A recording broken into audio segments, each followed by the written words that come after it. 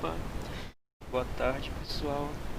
A gente está ao vivo para uma aula da disciplina de estrutura de dados do curso da...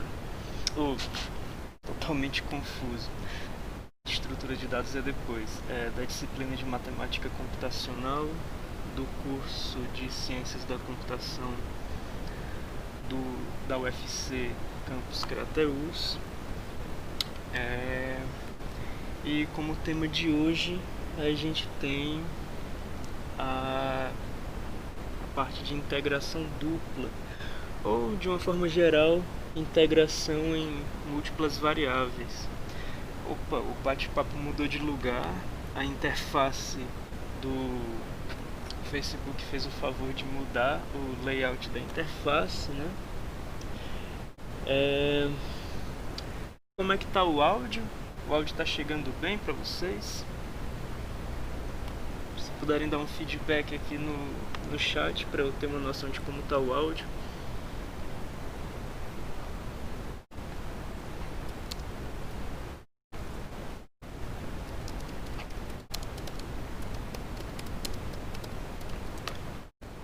O áudio tá chegando bem, pessoal? Eu tô perguntando pelo chat porque eu não tenho noção se... Ah, perfeito, Enio. Beleza. Certo, respostas que o áudio tá bem. Ok. Deixa eu ver aqui. Tá, beleza. Eu acho que eu não tô estourando o áudio. Bem. Então, só fazer uns updates aqui. Eu espero que a latência do chat foi uma crítica, né, nas últimas lives, a latência do chat. E agora que eu estou usando uma outra conexão de internet, agora que eu estou usando fibra ótica, eu acredito que a latência vai ser bem menor. Beleza? Vamos ver se isso é verdade. Eu estou transmitindo com resolução HD agora, meu upload está decente, beleza? E tá a 30 fps. O áudio não muda muito porque a transmissão do áudio é tranquila, que é em torno de 128K. Não tem nenhum problema não. Eita, continua o delay? Caramba. Tem um delay grande entre o streaming e o chat. Eu acho que então, Enio, parece que essa questão do delay não vai ser resolvido com a mudança do meu ping, né? Aparentemente não vai. Pois tudo bem. É uma pena. Eu pensei que o fato de estar usando fibra ótica ia mudar. Eu pensei que o fato de eu estar usando fibra ótica ia mudar isso, mas aparentemente não. O áudio tá chiando. Tá chiando pra mais alguém ou é só pro Daniel que o áudio tá ruim? Vocês confirmam isso? Mais alguém confirma isso? Do áudio tá chiando? Ou isso é uma questão individual? O áudio tá chiando pra mais alguém? Como tá a qualidade do áudio agora? Tá chiando. Eita, cara. Beleza.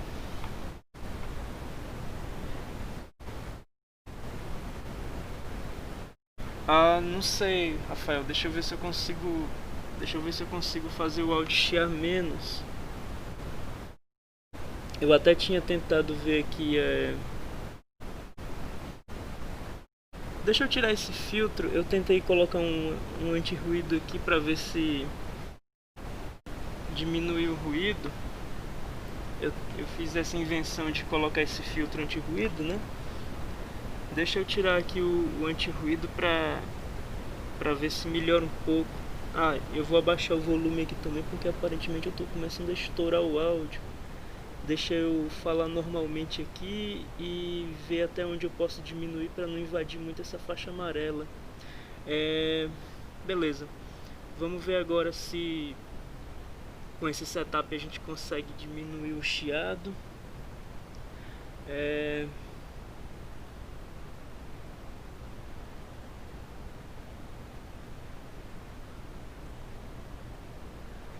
Então, continua chiando. Eu fiz umas alterações no no OBS. Tá chiando ainda? Como que tá pra vocês? Melhorou um pouco? Beleza. Então eu tenho que parar de mexer no OBS. eu tentei colocar um filtro anti-ruído, mas aparentemente eu não sei lidar muito com essas coisas. Se o filtro anti-ruído estava atrapalhando, então que ele fique fora. Eu também abaixei um pouco o volume da transmissão, porque esse chiado podia ser o áudio estourando, né? Bom, vamos ver como é que fica agora. Vamos ver como é que fica agora o áudio. Beleza. Se o áudio não é mais uma questão, eu gostaria de começar. Mas antes de falar sobre integração dupla,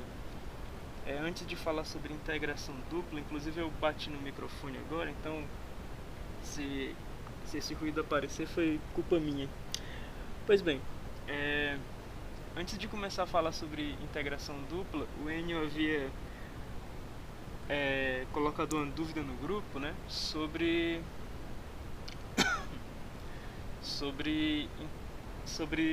a implementação do método de Newton, que exige o uso de derivadas, né? E eu aconselho a utilização de derivadas numéricas, certo? Para implementação do método de Newton. Dessa forma, deixa eu aumentar aqui o tamanho da fonte. Acho que aqui tá ok. Beleza. Bom, fazendo um breve esboço em Python de como você calcularia uma derivada, você poderia ter algo assim, certo? Se você estiver usando Python. Eu não vou me lembrar exatamente a sintaxe de Python, porque faz tempo que eu não utilizo. Mas Python é uma linguagem de tipagem dinâmica, então acho que vai dar para entender a ideia, né? Em você calcular a derivada de uma função f, né? Opa, deixa eu ver o que foi isso. Mas essa notificação não tem a ver com... Mas aí a gente tem que aumentar o áudio e o ruído volta, mas está tranquilo. Vixe. Vamos tolerar esse chiado. Se tiver tolerável, vamos tentar tolerar um pouco o chiado, né? Se não for atrapalhar muito, que aí eu vou tentar ver essa questão do microfone num teste mais tarde, beleza? É uma pena que deu esse problema, mas daqui a pouco, na próxima live, eu espero que já não tenha isso. Pois bem, vendo a questão de como implementar uma derivada, né, a gente receberia a função f, a gente também receberia o ponto em que a gente quer calcular o valor dessa derivada, um x, e a gente receberia um valor h, beleza? Pois bem, o que a gente faria para calcular essa derivada? Antes da gente continuar com isso, vamos só abrir aqui as notas de aula para a gente ver a noção, a definição de limite. Se você vier aqui na parte de derivação numérica, essa primeira parte aqui é a abordagem mais simples, você vai perceber que na definição de limite, né, a definição de limite é essa coisa aqui, essa equaçãozinha, né? Ou desculpa, a definição de derivada é essa equaçãozinha bem aqui.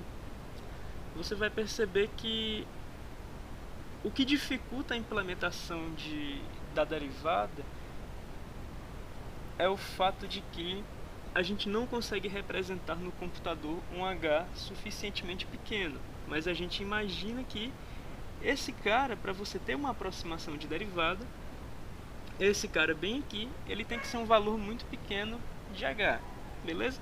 E a gente vai utilizar essa fórmula, f de a mais h menos f de a sobre h. Inclusive, para ficar mais fiel à fórmula que tem nas notas de aula, eu vou trocar esse x por a, que é para ficar mais evidente, beleza? E a gente faria algo simples aqui, uma vez que eu tenho a função f, o ponto a e esse valor h que eu vou passar como parâmetro, eu simplesmente retornaria... e agora deve estar invadindo... O áudio deve estar sendo invadido pelos meus cachorros latindo, mas aí eu não tenho muito controle sobre. A gente retornaria o seguinte valor, pela fórmula, né? A gente faria essa subtração, f é uma função, né? Então a gente faria f de a mais h menos f de a, tudo isso dividido por h, beleza? E para você fazer a derivada, você não precisa de nada além da definição de derivada, como a gente tem aqui nas notas de aula, beleza? E além disso, você iria chamar isso aqui, como é que você iria chamar essa função? Você iria chamar essa função, a função de calcular a derivada, passando uma função f, um ponto onde você quisesse calcular essa função f. Por exemplo, aqui eu estou imaginando que eu vou calcular a derivada de f no ponto 2, e para calcular um valor aproximado de derivada, a gente passaria um h pequeno, beleza? Então nesse ponto a gente tem essa noção de como utilizar a derivada numérica, mesmo que seja nessa abordagem mais simples, que é você passar a função f, que você vai calcular a derivada, o ponto a, no qual você vai calcular a derivada, e um valor de h suficientemente pequeno. Você não vai conseguir representar infinitesimal na definição de derivada, beleza? Mas apesar disso, apesar de você não conseguir representar infinitesimal na definição de derivada, você passa algo suficientemente pequeno. Quanto mais pequeno o valor de h que você passa, um valor mais próximo da derivada real você obtém, mas tem o seguinte contraponto: à medida que o valor de h diminui, você fica mais susceptível a confundir o valor numérico da sua função com o ruído numérico provocado pelas representações e acumulado pela operação de divisão contida na fórmula, né? Vamos ver aqui como é que vocês estão no áudio. Esse problema é bem comum, mas se usar o microfone interno do próprio notebook, ele é microfone ambiente e tem muita qualidade. De fato, Rafael, eu estou utilizando um microfone externo. Eu estou usando um fone de ouvido com microfone externo. E o teste que eu havia feito hoje pela manhã foi utilizando esse mesmo microfone, né? Então, na verdade, eu estou até surpreso com o fato de que não está tendo, essa queda de qualidade, infelizmente. Mas para além do ruído e dos cachorros, tá tudo bem com a minha explicação de derivada? O que vocês acharam sobre essa questão de como implementar derivadas? Vocês conseguiram pegar a ideia? Tem alguma dúvida em relação a isso aqui? Em relação a noção de como utilizar a derivada, né? Porque você vai fazer a derivada utilizando um h suficientemente pequeno, como esse valor aqui, 1/10 de milésimo, 10 elevado a menos 4. Como é que vocês estão em relação a isso? Tá tudo bem? O Yuri acabou de entrar na live, aparentemente. Opa, Yuri, boa tarde, cara. Mas e aí, como é que vocês estão em relação a essa questão da derivada? Beleza, então, mas dá para entender, a explicação muito clara, tá certo. Esse ponto é em relação a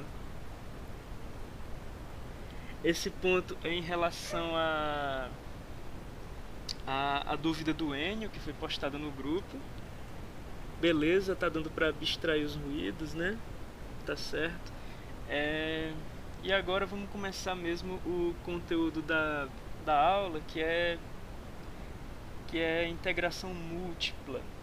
Eu queria só tirar isso do caminho, que foi uma dúvida que o Enio postou no grupo, e podia ser a dúvida de mais alguém para implementação do método de Newton, tá?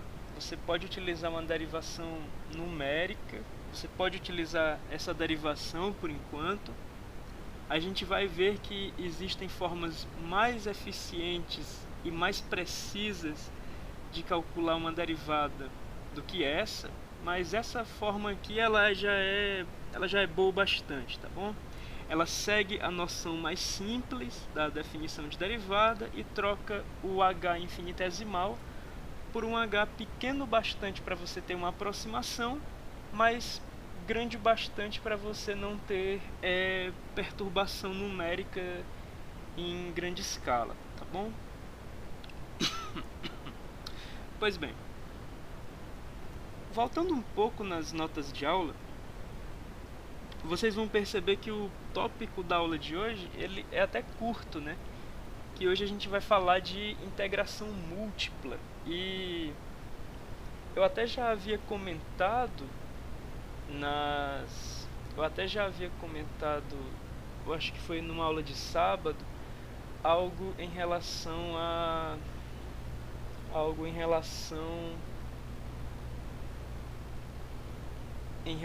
à integração múltipla, mas não de um ponto de vista numérico.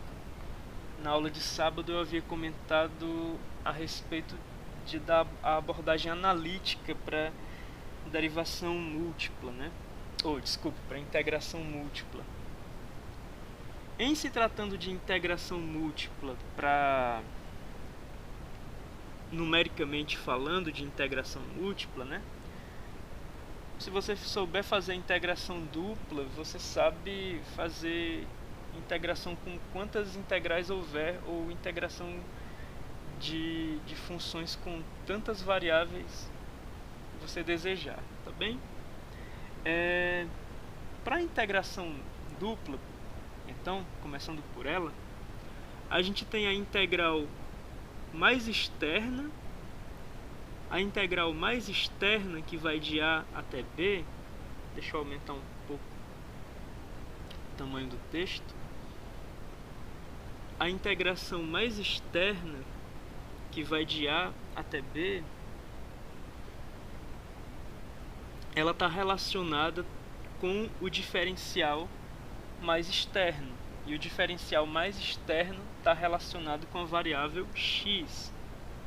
Então você percebe que a gente vai fazer a integração de A até B no eixo x, e no eixo y a gente vai fazer a integração de cx até dx relacionado com o diferencial da variável y.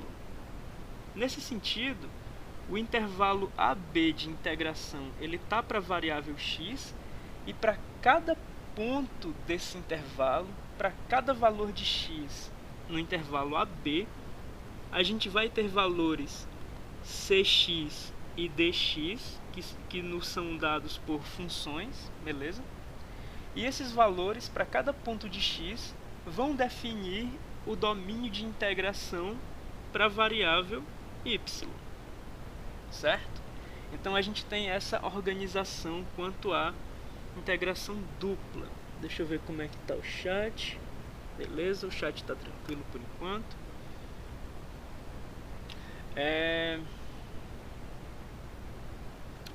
Pois bem, como é que você utilizaria os nossos métodos de integração simples para calcular uma integral dupla, né? Porque até agora na disciplina a gente tem visto métodos de integração que servem para integrais simples, e a gente pode reutilizar esses métodos de integração para calcular o valor de integrais duplas, triplas, múltiplas, desde que a gente se preocupe com uma integral de cada vez. Para a gente olhar uma integral de cada vez, eu até coloquei uns parênteses aqui para evidenciar que para cada valor de x, esse cara bem aqui, para um certo valor de x, ele é uma integral simples em função de y, beleza? Se você fixar um valor de x no intervalo AB, essa parte que eu estou destacando aqui com a seleção, ela se torna uma integral simples na variável y no intervalo dado por cx dx. Então, essa integral aqui de dentro, para um valor fixo de x, a gente consegue aproximar ela utilizando uma quadratura como a gente já tem estudado, seja ela Newton-Cotes ou Gauss-Legendre. A gente consegue utilizar uma quadratura para aproximar esse cara aqui de dentro, beleza? Mas isso seria o valor para um ponto x no intervalo de A até B. Ou seja, dado um ponto x fixo no intervalo de A até B, a gente conseguiria utilizar uma quadratura para calcular esse cara interno para aquele valor de x.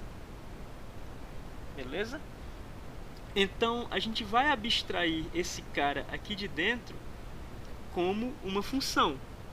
A gente vai chamar de f de x a integral interna.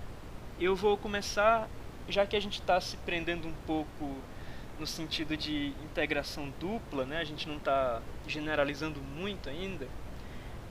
Eu vou começar a falar de integral externa e de integral interna, tá? Então, a gente vai abstrair a integral interna como sendo uma função f de x. Ou seja, para cada valor de x no intervalo AB que eu passar para o f de x, o f de x vai me dar o resultado dele por uma integral. Essa integral, com x fixo, essa integral é em função de y, certo? O que acontece é o seguinte: a gente não sabe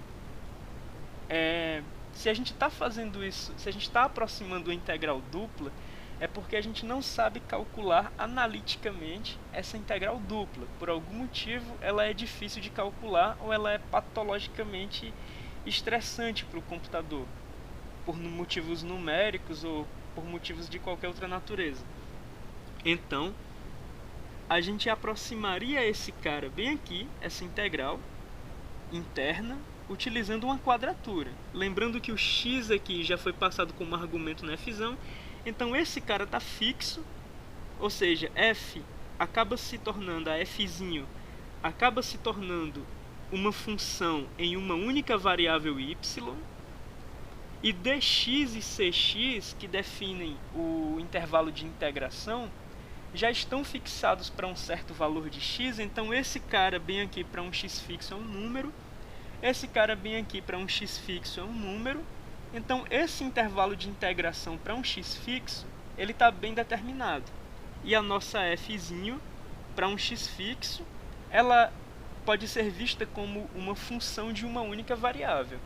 Então, para aproximar esse cara bem aqui para um x fixo, eu consigo fazer isso utilizando uma quadratura como as que a gente já tem estudado. Então, eu não vou conseguir, se eu estou tentando aproximar uma integral dupla, eu certamente não vou conseguir o valor exato de f de x, pelas dificuldades que me levaram a tentar aproximar uma integral dupla. Mas como eu tenho uma quadratura, como eu tenho quadraturas para aproximar integrais simples, eu vou conseguir aproximar o valor de f de x utilizando as quadraturas que a gente desenvolveu para aproximar essa integral. Portanto, as nossas quadraturas nos ajudam a aproximar f para valores fixos de x, tudo bem? Eu vou voltar para o chat aqui para ver como é que estão as coisas. Até agora o chat está tranquilo. E como é que vocês estão em relação a esse assunto? Vocês estão com alguma dúvida em relação a esse assunto ou tá tudo bem? Como é que vocês estão em relação a essa explicação do f? Bom, o chat está paradinho, mas eu vou dar um tempo porque pode ter um delay, né? De toda forma, pode valer a pena esperar um pouco.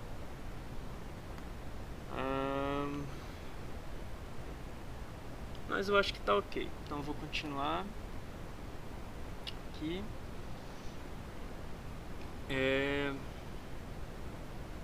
Pois bem, uma vez que a gente sabe aproximar f de x utilizando alguma quadratura de nossa escolha, seja a regra do trapézio, a regra de Simpson 3/8 ou Gauss-Legendre, se você fizer uma reparametrização, né, de -1 até 1 para um intervalo arbitrário, a gente vai conseguir ver a nossa antiga integral dupla,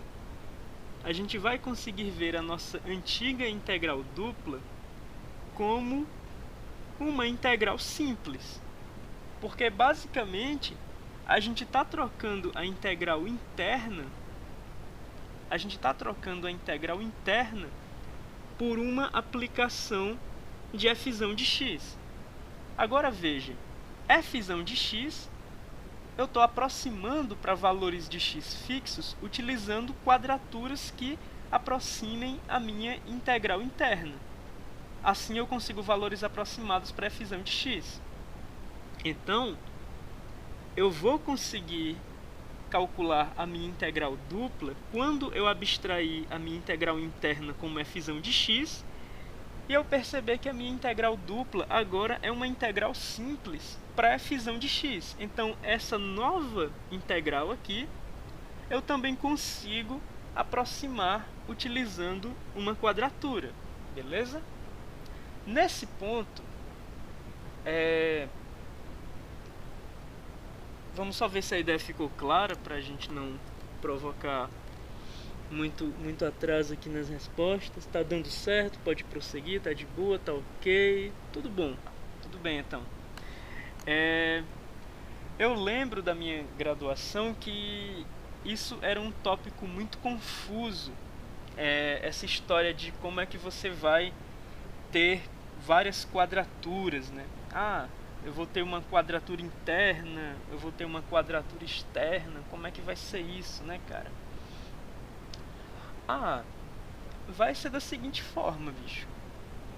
Você vai ter que abusar um pouco das features da linguagem que você decidir utilizar para conseguir uma implementação razoável disso, beleza? Integração dupla é uma coisa que pode pegar na hora de implementar.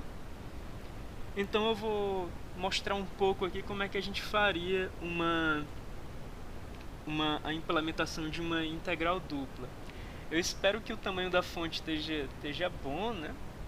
E eu estou utilizando Python mais uma vez porque Python é praticamente pseudocódigo, então ela me permite expressar mais claramente as ideias, né? Se a gente fosse calcular uma integral dupla, double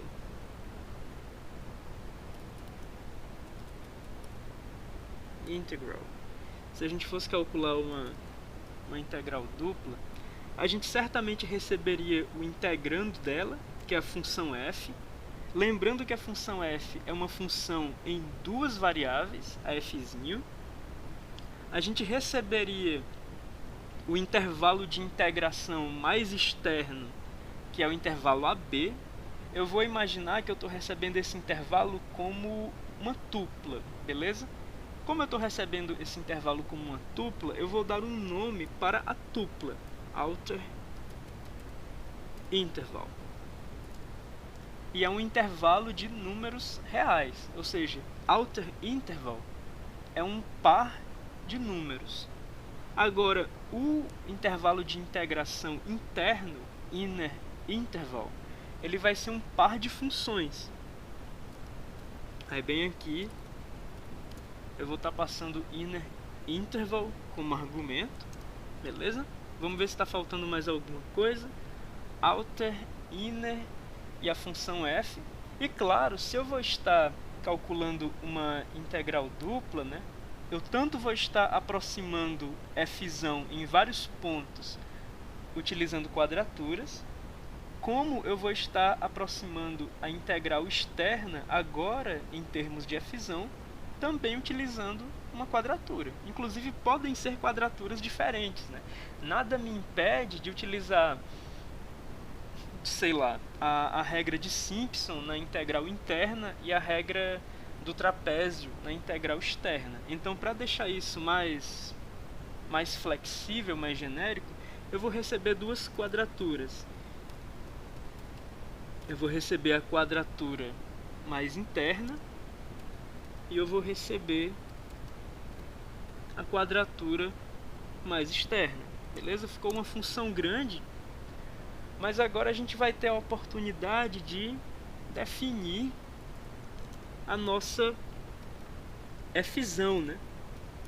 Ou seja, o truque mais simples para você fazer a implementação dessa integral dupla é você se valer de alguma abstração que te permita criar funções aninhadas, tá? A depender da linguagem que você escolha para implementar, você certamente vai ter acesso a alguma abstração que permita que você aninhe funções, até mesmo representando funções com objetos, como eu acho que vai ser o caso de Java, para quem estiver fazendo em Java. Python vai me permitir ter funções aninhadas, então eu acho que Python facilita bastante a vida para implementar essa coisa. Pois bem, então a gente vai aproximar f de x utilizando uma quadratura, né? Lembrando que quando eu vou aproximar f de x, eu vou estar calculando esse valor aqui, certo? Eu vou estar calculando esse valor aqui aproximado pela quadratura que eu escolhi para a função mais interna, beleza? Para a função mais interna. Então a primeira coisa, na verdade antes até de... Na verdade aqui dentro mesmo, eu vou até definir uma outra função, def f with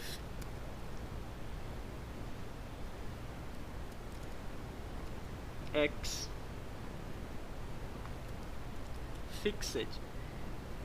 Eu vou definir esse cara, né?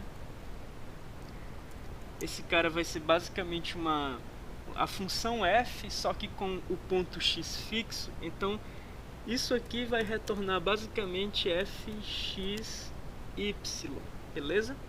Então essa f with x fixed, ela é uma abstração para que eu passe para a quadratura interna uma função de uma única variável. Essa função de uma única variável, ela está em y e ela passa para f, que é o argumento, que é o meu integrando de duas variáveis, ela passa para f o valor x fixado pela chamada de f de x, beleza? Então, quem é que eu vou passar para a minha quadratura mais interna? Eu vou passar para a minha quadratura mais interna, e é justamente aqui que eu vou calcular o valor aproximado de f de x, utilizando a minha quadratura mais interna. Eu vou passar para a minha quadratura mais interna a função f com o x fixado, beleza? E eu tenho que passar também o intervalo de integração para a minha quadratura mais interna. Então como é que eu vou passar esse intervalo de integração para a minha quadratura mais interna? Bom, antes de fazer isso, então eu vou decompor aquela tupla, né? Eu vou receber as duas funções, C e D, fazendo isso aqui, inner interval. Porque como a gente tinha combinado antes, inner interval, ele é um intervalo de integração que é dado por duas funções, a função C e a função D. Então, nesse momento, com um x fixo, eu estou passando para a minha quadratura interna a função f com um x fixo, ela está apenas em função de y. E eu vou passar também para essa minha quadratura interna o intervalo de integração que ela vai utilizar para fazer a aproximação da integral, né? O intervalo de integração da integral que ela tem que aproximar. Então, esse intervalo de integração, ele é justamente c de x e d de x, beleza? Pronto. Então, isso aqui termina a definição da fzão de x, certo? Isso aqui é o suficiente para a gente definir a fzão de x. Deixa eu ver se tem alguma dúvida aqui no chat. O chat está tranquilo por enquanto. Então, acho que a gente está bem para continuar. Uma vez definida a fzão de x, a gente vai calcular a nossa integral dupla agora com a seguinte abstração. A gente sabe aproximar fzão de x utilizando a quadratura interna. Agora, a gente vai utilizar a quadratura externa para aproximar esse cara bem aqui, a integral de a até b da fzão. Veja que a fzão a gente não recebeu como argumento. A gente definiu a fzão utilizando um truque com funções aninhadas, beleza? Para a gente conseguir passar para a nossa quadratura interna uma função de uma única variável. E agora, a gente vai chamar a nossa quadratura externa, mas antes de chamar a nossa quadratura externa, vamos receber os pontos do intervalo mais externo, né? Então, A e B são justamente os pontos do nosso intervalo mais externo. E agora, a gente vai chamar a nossa quadratura mais externa, beleza? Para nossa quadratura mais externa, como eu tô admitindo aqui que as quadraturas, elas sempre têm a mesma assinatura. As quadraturas são funções que recebem uma função como argumento, que é o integrando, e o intervalo de integração no qual elas têm que aproximar essa integral desse integrando. E claro, as funções que as quadraturas recebem são sempre funções de uma única variável. Então a nossa outer quadrature, ela vai receber também uma função de uma única variável. Como a gente está querendo aproximar justamente esse cara bem aqui, então a nossa quadratura mais externa, ela vai estar recebendo o fzão para aproximar a integral desse fzão no intervalo de a até b, beleza? E isso aqui, pessoal, é um esboço. Eu não vou tentar rodar isso porque eu realmente não sei se a sintaxe está correta. Faz tempo que eu não mexo com Python, mas o Python ele é flexível o bastante para a gente ter essa coisa de passar funções como argumentos, e essas funções recebem outras funções que a gente tem passado como argumento. E a gente também tem esse truque das funções aninhadas, né, que é bastante rápido de implementar no Python. Eu acho que em Java você teria que fazer algum truque com classes para criar tipo um objeto que representa uma função e passar esse objeto como argumento, e aí teria um outro objeto que representa quadratura, e esse objeto aceita como argumento um objeto função, coisas desse tipo. Em Python eu acredito que a gente consegue expressar isso muito mais rapidamente, tá bom? É claro que eu não sei se isso aqui compila, eu não sei se Eu não sei se isso aqui é eficiente, porque a gente está definindo muitas funções aninhadas. Eu sequer lembro se a gente pode definir funções aninhadas dessa forma. Eu acredito que pode, eu não sei se a gente faz dessa forma ou se define um lambda, mas eu acredito que dessa forma tá ok, tá bom? Se não tiver ok, a ideia pelo menos foi passada aqui. E vamos ver como é que tá o chat. Até agora o chat, todo mundo tá tranquilo. E para integração dupla, eu acho que não existe tanto desafio da nossa parte entender o conceito de integração dupla, como existe o desafio da implementação, beleza? Então eu quis adiantar um pouco a questão da implementação, até mesmo motivado pela dúvida do Enio, que talvez vocês estejam tendo dificuldade com alguma implementação. Então, baseado nisso, eu estou também trazendo alguma coisa sobre um tópico, trazendo alguma coisa no sentido de implementação sobre um tópico que eu considero bastante, como é que eu posso dizer, bastante tricky para ser implementado corretamente, beleza? Isso aqui pode exigir um pouquinho da abstração de vocês, então eu estou adiantando algumas ideias de implementação nesse sentido, tá? Mas aqui não tem muito o que falar a respeito, porque a gente só tem de fato essa ideia de você representar as integrais mais internas utilizando funções e passar essas funções para as integrais mais externas. Utilizando isso, você sempre consegue reduzir o número de integrais e você sempre consegue abordar tudo como se fosse integração simples, tá? Até como exercício, além do 33 que pede para você fazer um tipo de aproximação dessa integral dupla, a questão 34 ela pede que você descreva, tal qual eu tenho descrito um método para, tal qual eu tenho descrito uma forma de manusear integração dupla. O exercício 34 pede para você descrever uma forma de lidar com a integração tripla. Bom, é basicamente uma generalização do que eu propus para a integração dupla. E se você consegue abstrair integração dupla utilizando aquela ideia, você também consegue abstrair integração tripla utilizando essa mesma ideia, beleza?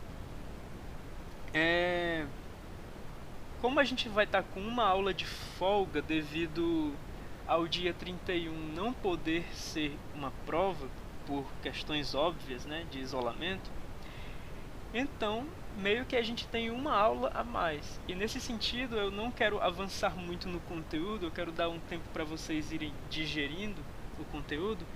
Então eu acho que para hoje falar de integração dupla dessa forma eu acho que tá bom. E eu posso ficar aberto durante o restante da aula para lidar, para ver com vocês aí as dúvidas que vocês têm nesse tópico, sejam teóricas ou de implementação, tal qual as dúvidas que vocês tenham em outros tópicos, elas também sendo dúvidas teóricas ou de implementação, tá bem? Então eu vou ficar aqui no chat esperando para ver se... o Rafael tem uma dúvida. Eu só fiquei em dúvida em relação a esse fxy. É mais comum f de x. Esse y viria de onde? Então, Rafael, o y ele viria justamente do fato de que a gente está fazendo uma integral multidimensional, né? Geralmente, quando você tem uma integral simples, você está calculando a área embaixo de uma curva, beleza, Rafael?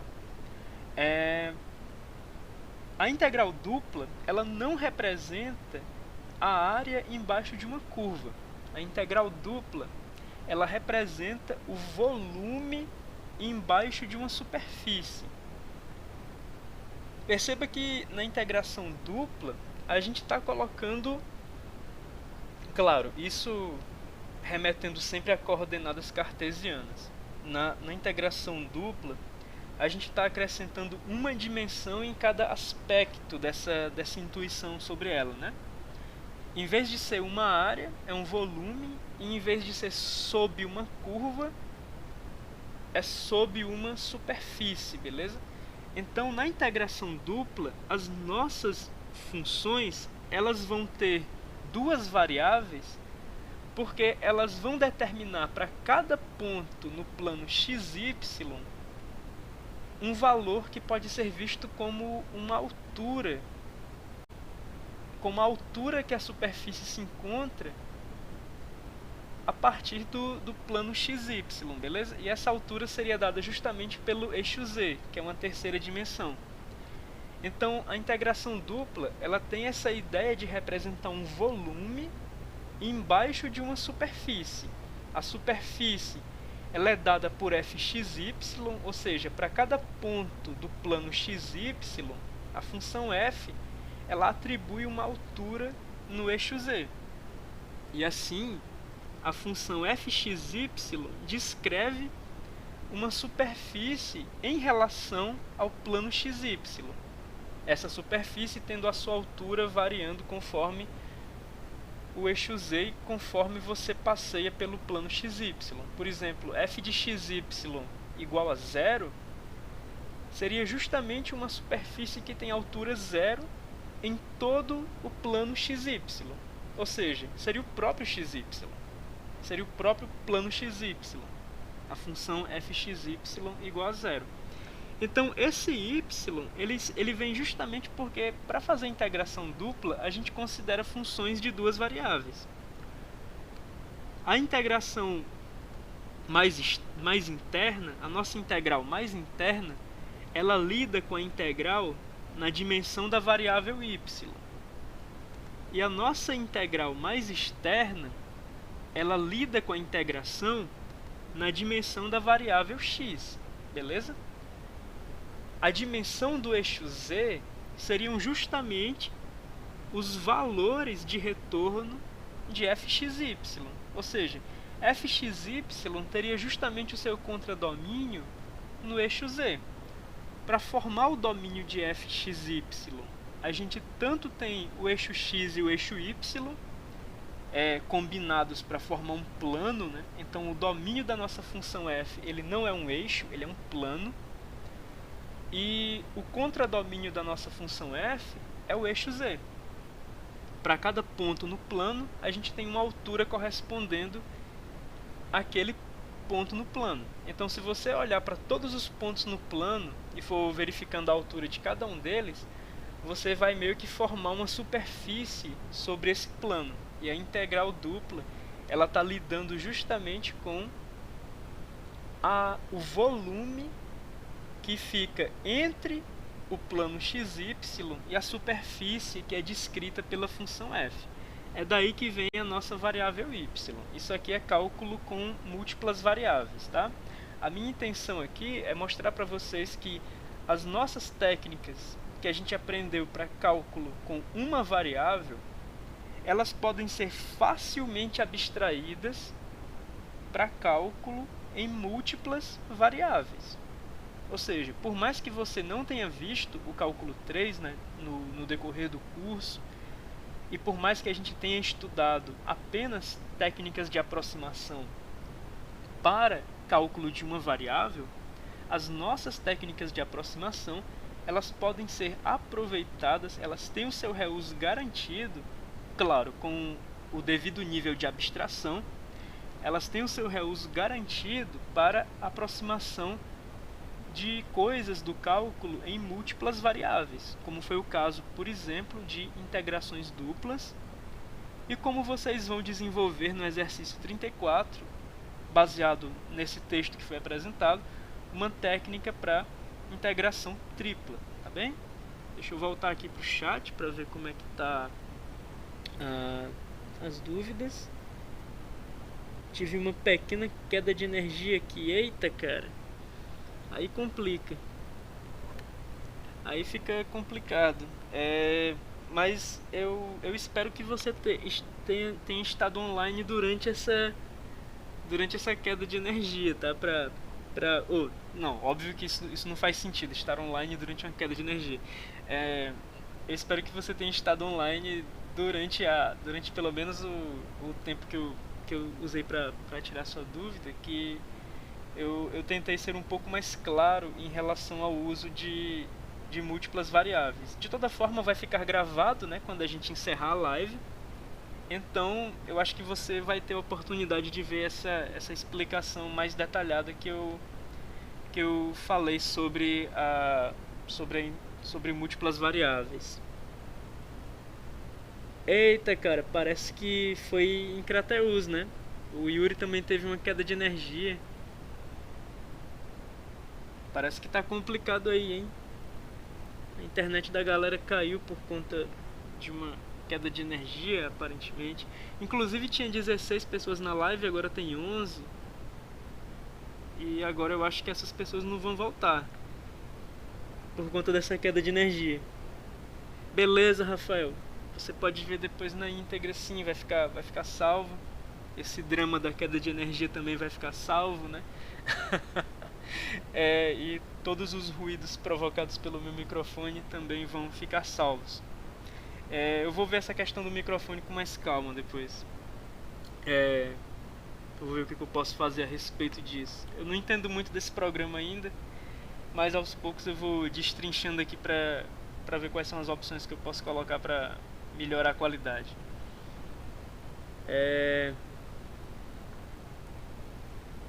E agora eu acho que sou eu que tô sem internet.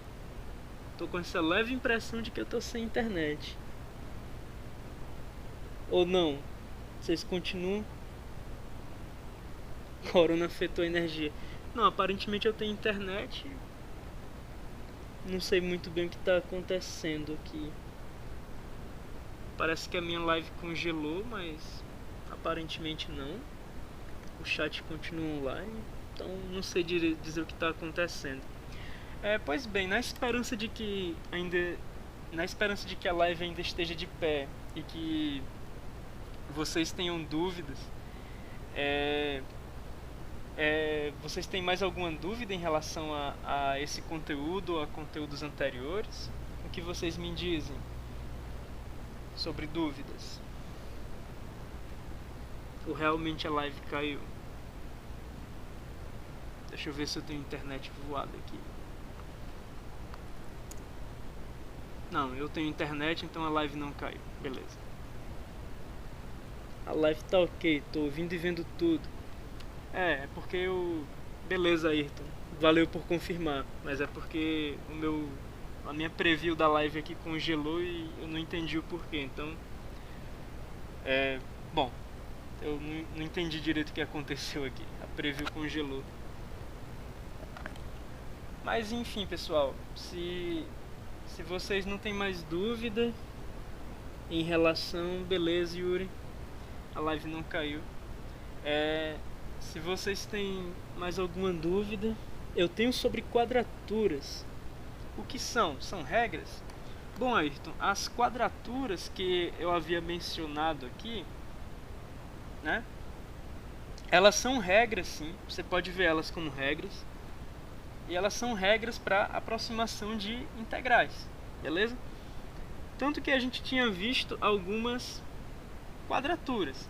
Por exemplo, regra de Simpson, regra do trapézio, foi uma quadratura de Newton-Cotes que a gente viu, beleza? A regra do trapézio foi uma das quadraturas que a gente viu, a gente tem o desenvolvimento dela. E por fim, uma fórmula para aproximar uma integral. Então isso aqui que eu estou destacando agora é uma quadratura, beleza? É a quadratura da regra do trapézio. E a gente tem outras. A gente desenvolveu a segunda quadratura de Newton-Cotes, que é a regra de Simpson. E aqui a gente tem mais uma quadratura, a quadratura de Newton-Cotes. Então, uma quadratura, como você havia dito, é uma regra, né? Você pode encarar uma quadratura como uma forma de aproximação, uma técnica de aproximação, ou uma regra para aproximar uma integral num certo intervalo, beleza?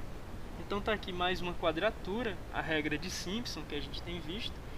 E claro, além das quadraturas de Newton-Cotes, que a gente já tem pegado a ideia como um todo, a gente viu também uma quadratura mais especial, um tipo de quadratura mais especial que se especializa em certos intervalos, que é a quadratura de Gauss-Legendre, né? E para a quadratura de Gauss-Legendre utilizando duas amostras, a gente tem também mais uma regrinha para aproximar a integral, ou seja, mais uma quadratura, né? E lembrando que isso pode ser reparametrizado para todo intervalo se você utilizar uma reparametrização, utilizando uma reta lá que eu descrevi no exercício, utilizando a reta que eu descrevi no exercício 30, beleza? Utilizando a reta que eu tenho descrito no exercício 30, você consegue generalizar Gauss-Legendre para qualquer intervalo, certo? E para a integração dupla a gente não desenvolveu nenhuma quadratura nova, nenhuma regra de aproximação nova. O que a gente tem feito é mostrar que as regras que a gente desenvolveu para as quadraturas que a gente tem desenvolvido para a integração simples, com a devida abstração, a gente consegue utilizar para cálculo de múltiplas variáveis, para integração dupla, para integração tripla, como vocês vão desenvolver, e assim por diante, beleza? Então quadraturas basicamente são as regrinhas que a gente tem desenvolvido para aproximar a integral, né? Então meio que aqui, Ayrton, quando você tem inner quadrature e outer quadrature, nesse ponto você vai estar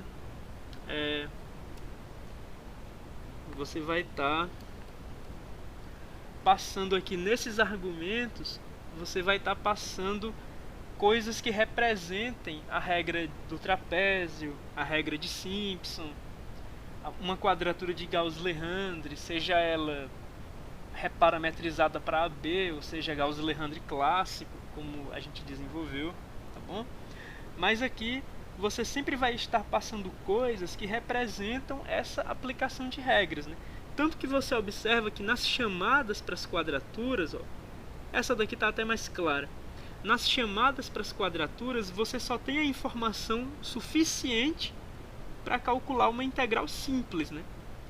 Para você passa para uma quadratura os argumentos que são suficientes para o cálculo de uma integral simples. O integrando, que recebe uma única variável, o ponto inicial do intervalo de integração e o ponto final do intervalo de integração, tá bem? Mesma coisa para outra quadratura, para a quadratura mais interna. Você recebe uma função e essa função ela tem um único argumento, né? Da forma como a gente definiu aqui, ela tem um único argumento. Você recebe o ponto do começo do intervalo e você recebe o ponto do final do intervalo, tá bom? Então as quadraturas são essas regrinhas e elas costumam ter sempre a mesma assinatura, beleza? Deixa eu ver se ficou alguma coisa aqui. Dúvidas agora de conteúdos anteriores, não lembrarei agora, mas deu para entender até onde a internet permitiu. Beleza, Rafael. Ah, beleza, era apenas dúvida de nomenclatura, então. Mas eu aproveitei e expliquei até por uma questão de revisão, né? Para ficar melhor para todo mundo. Professor, eu tenho algumas dúvidas, mas são coisas simples, por conta que estou na disciplina como quebra de pré-requisito. Mas estou estudando e estou conseguindo me situar na disciplina. Cara, muito bom, Rafael. Muito bom saber que você está conseguindo compensar aí. Beleza, mas qualquer coisa você pode publicar no grupo, pode me procurar em particular se você quiser, chat ou videochamada, não importa. Mas eu sempre, assim, eu sei que algumas pessoas não ficam confortáveis em tirar dúvidas em grupo, mas eu sempre dou preferência a... Eu sempre estou dando preferência a dúvidas no grupo, porque eu tiro uma dúvida de um aluno que pode ser dúvida de mais um outro aluno, né? Fica registrado para todo mundo ler. Mas claro, se você não se sente confortável com isso, aí sem problema, você pode me procurar em particular que eu tiro suas dúvidas. O Rafael, ou o Rafael não, o Daniel tá pedindo uma explicação do exercício 8. Vamos primeiro descobrir que exercício 8 é esse. Vamos lá para o exercício 8. Tentar descobrir o que é isso. Acho que... Vamos ver... Opa, já passei do exercício 8. Voltando um pouco. 8. Ah, beleza. Isso aqui é em relação a polinômio de Taylor, né? Tá certo. Como isso é em relação a polinômio de Taylor, deixa eu recapitular o que foi feito nessa sessão. Na parte de polinômio de Taylor, o texto descreve o desenvolvimento da interpolação em torno do ponto zero, beleza? É isso que o texto faz até aqui. Até bem aqui, o texto tem descrito a interpolação de Taylor em torno do ponto zero. E aí, em seguida, você vai ter 3 exercícios que são um guia para que você, por si só, desenvolva a aproximação, a interpolação de Taylor para um ponto A qualquer. Então a primeira coisa que a gente faz, Daniel, é fazer uma translação no eixo X, beleza? A primeira coisa que a gente precisa para transformar o caso particular do ponto zero no caso geral do ponto A, eu não sei se o termo certo é uma translação, porque parece que eu estou rodando as coisas. Eu acho que o termo certo seria mais um shift. A primeira coisa que a gente faz nessa sequência de 3 exercícios é planejar um shift no eixo X para fazer com que a gente iguale o caso geral no ponto A com o caso particular no ponto zero. Então, nesse exercício 8, eu estou propondo justamente uma função de shift. A função g de x, ela recebe x e ela soma a esse x. Se A for um número positivo, a gente está dando um shift para a direita. Se A for um número negativo, a gente está dando um shift para a esquerda no eixo, certo? Arrastando todo mundo para a direita ou todo mundo para a esquerda. E a nossa ideia bem aqui vai ser fazer uma composição de funções, porque quando a gente fizer essa composição de funções da função f, que seria quem a gente gostaria de interpolar com essa função de shift, a gente acaba tendo que a composição da função g de shift com a função f, que é quem a gente gostaria de interpolar inicialmente, essa composição ela faz com que a função f no ponto A se comporte exatamente como a composição de f e g no ponto zero. Inclusive, eu peço para você verificar isso também para as derivadas, né? Quais são os valores das derivadas de f composição g em zero? Descreva o polinômio de Taylor para f composição g interpolando em torno de zero, né?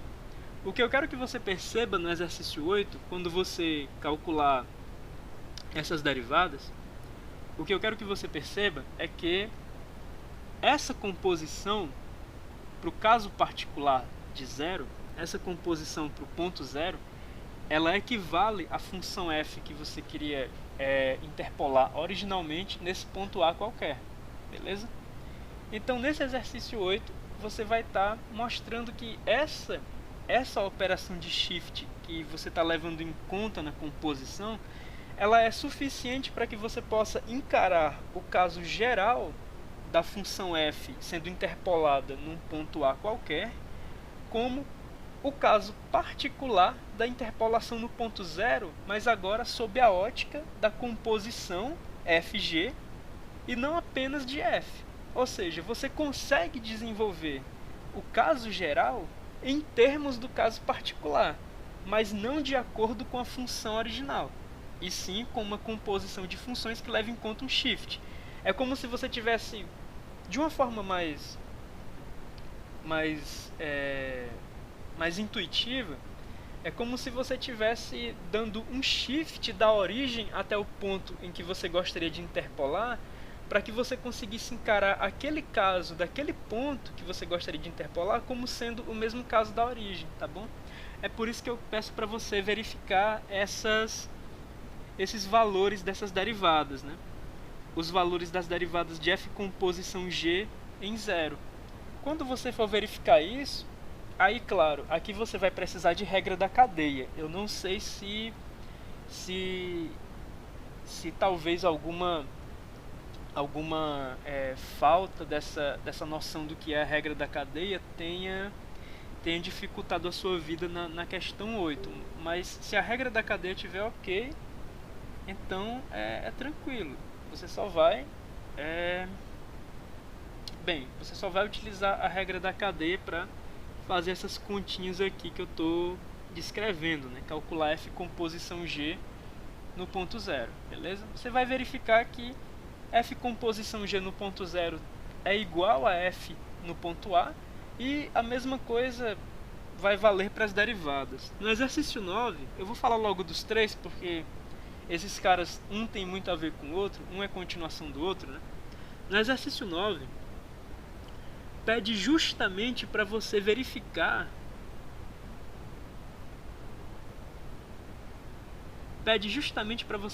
que o polinômio de Taylor dessa composição no ponto zero, ele atende às propriedades do polinômio de Taylor da função f no ponto A. Então a questão 9 já está em relação ao polinômio de Taylor.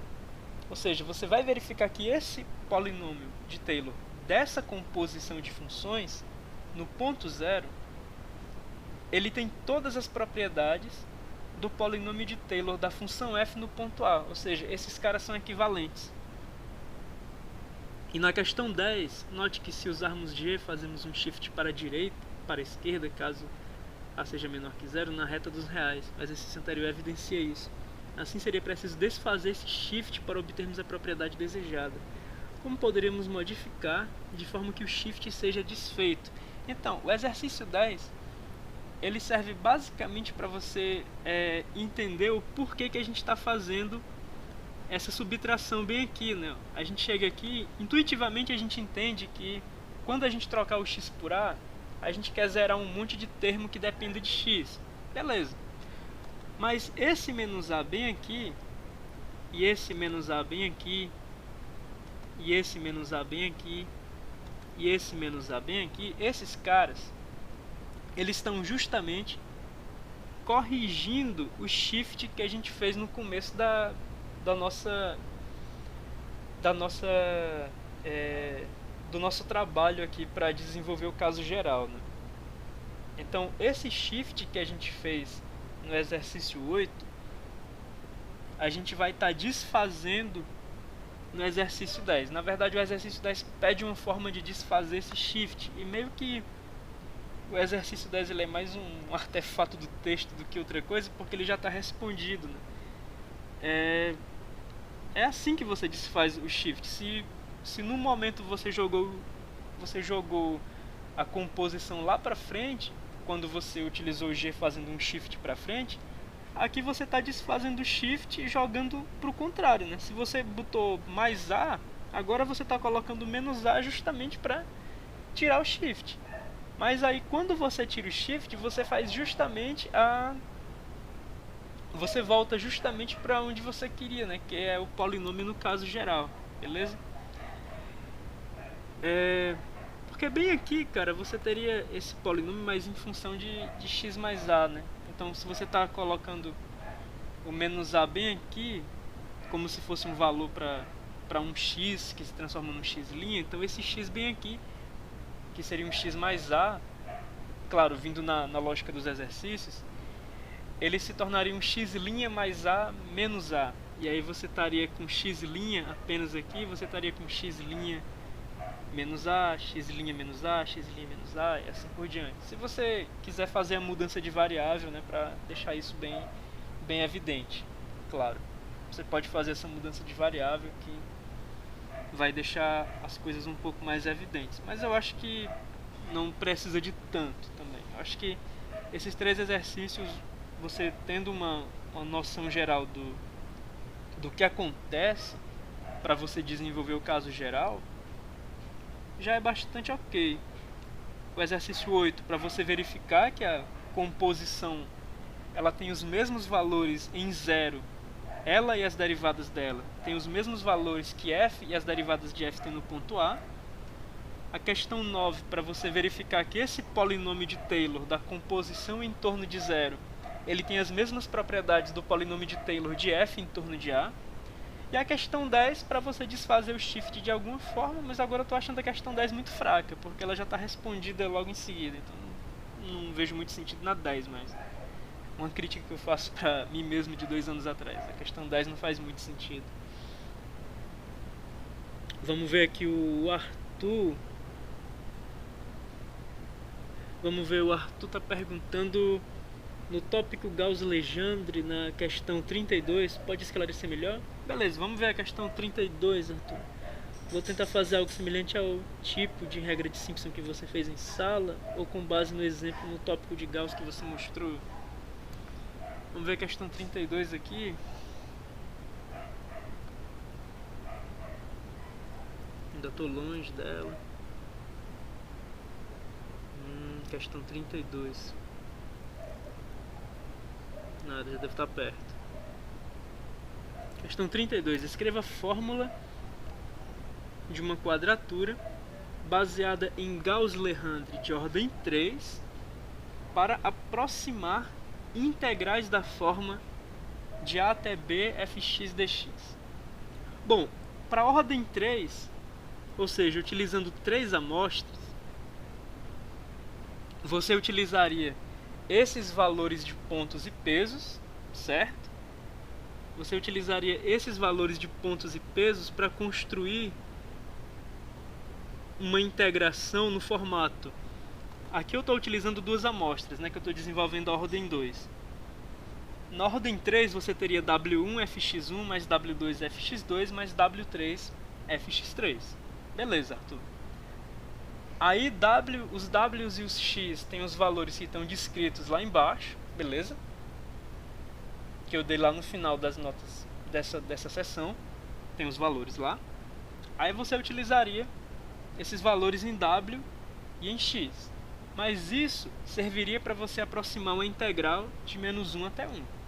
E lá, na questão 32, é pedido para você aproximar uma integral de A até B utilizando Gauss-Legendre. Aí entra a questão 30. Para fazer a questão 32, você precisa fazer a 30. Se você fizer a 30, você vai saber como reparametrizar uma integral de A até B qualquer numa integral de menos 1 até 1 com uma mudança de variável. Essa mudança de variável, como eu estou sugerindo na continuação do exercício, você pode vislumbrar essa mudança de variável geometricamente utilizando uma reta, né? A reta que passa pelos pontos menos 1A e 1B. Justamente é uma reta que coincide os pontos iniciais, as coordenadas iniciais dos intervalos de integração, com as coordenadas finais do intervalo de integração. Essa reta vai te ajudar a fazer essa reparametrização, beleza? Questão 30. E quando você fizer a questão 30, quando você tiver essa fórmula para reparametrização, você vai ter a sua quadratura de Gauss-Legendre reparametrizada, né? E depois disso, você vai conseguir fazer a 32 baseado nos valores que são dados aqui na ordem 3, beleza? Mas para você fazer a 32, você vai precisar fortemente fazer a questão 30, beleza? Fazendo a questão 30, você aprende a reparametrizar. E o grosso da 32 é utilizar a reparametrização. Uma vez que você tenha reparametrizado, o trabalho que resta para você utilizar a ordem 3 é substituir os Ws e os X pelos valores que estão aqui. Você não vai precisar calcular isso, porque isso já vai ser um sistema de equações muito mais complicado que o anterior. E toda vida que você aumenta a ordem de Gauss-Legendre, o sistema não linear que você obtém é muito mais complicado que o anterior. Então eu já estou dando os pontos aqui e a gente desenvolveu só o mais básico, né? Que é só para a gente pegar a ideia do que é Gauss-Legendre e a gente pega os pontos que já foram calculados, não de uma forma simples, por outras pessoas, tá bom? Deixa eu voltar aqui pro chat para ver como é que a gente está. Bom, então o Arthur fez essa pergunta da questão 32, eu espero que eu tenha respondido de uma maneira satisfatória. Você vai precisar dar 30 para ela. O Daniel tá ok com a explicação do 8 até o 10. E pessoal, já são 2h20. Eu até queria ficar até mais tarde, mas por conta dessa questão do ruído, eu realmente me incomodei com isso, de saber por que tem esse ruído. Eu vou utilizar esse tempo agora para resolver esse problema, beleza? Do ruído. Talvez até mudar de microfone, se for o caso. E eu vou dar uma olhada nessa questão, justamente. Então, eu vou encerrando a live por aqui, apesar de não ter dado 2 horas, mas eu quero resolver essa questão para a próxima aula de EDA. Então eu vou resolver essa questão do microfone agora. Estou encerrando a live agora, beleza? Eu espero que vocês tenham tirado proveito da live. E é isso, pessoal. Quinta-feira a gente tem aula normalmente, beleza? Só que o nosso horário quinta-feira não é de 1 às 3. Nosso horário quinta-feira é de 3 às 5, tá? Respeitando o horário estabelecido na oferta das disciplinas, beleza? Então, eu vou encerrando aqui.